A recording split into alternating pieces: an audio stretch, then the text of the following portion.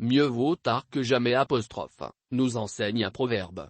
L'initiative du président Ouattara de rencontrer toutes les forces vives du pays mérite d'être saluée à sa juste valeur. Successivement, les autorités traditionnelles et coutumières, le Haut Conseil islamique du Mali ont été reçus à Koulouba. De même que la classe politique, le lundi 29 novembre dernier. Si l'objectif de cette démarche du chef de l'État s'inscrivait dans le cadre d'obtenir l'adhésion de tous au projet des Assises nationales de la refondation de l'État, il faut reconnaître que son silence depuis les premières démarches du gouvernement dans ce sens, a plutôt contraint l'ex-majorité présidentielle à rester campée sur sa position. Fidèle à sa ligne éditoriale, le bi-hebdomadaire L'Observatoire n'a cessé d'alerter dans ses colonnes le président de la transition sur la conduite passionnée de l'exécutif, s'agissant des questions relatives aux Assises nationales de la refondation et la prolongation du délai de la transition, tout en l'invitant à reprendre la main. Sinon, quel intérêt avons-nous en vilipendant inutilement la CEDEAO, l'Organisation des États ouest-africains où notre pays est membre fondateur? C'est dire que le va-t-en-guerre dont certains hauts responsables se tapent la poitrine n'a jamais prospéré.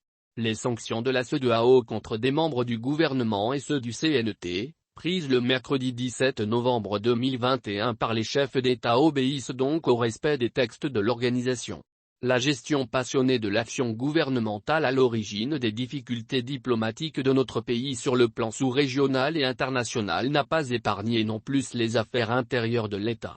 Les partis et regroupements de partis politiques du cadre d'échange pour une transition réussie au mai ont qualifié la rencontre avec la classe politique initiée par le chef de l'État, le lundi 29 novembre, de mise en scène et ont maintenu leur position de non-participation aux Assises nationales de la refondation .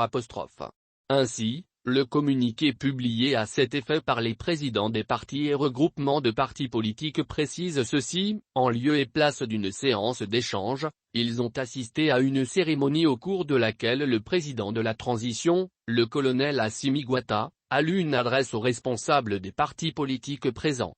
Et le propos introductif du ministre de la refondation de l'État, M. Ibrahim Ikessa Mega. Et le communiqué d'ajouter: la parole n'a été donnée finalement à aucun responsable des partis politiques. Alors, pourquoi ont-ils été invités à Koulouba? S'interrogent des observateurs avertis de la scène politique. Jusque-là, la démarche prend du plomb dans l'aile.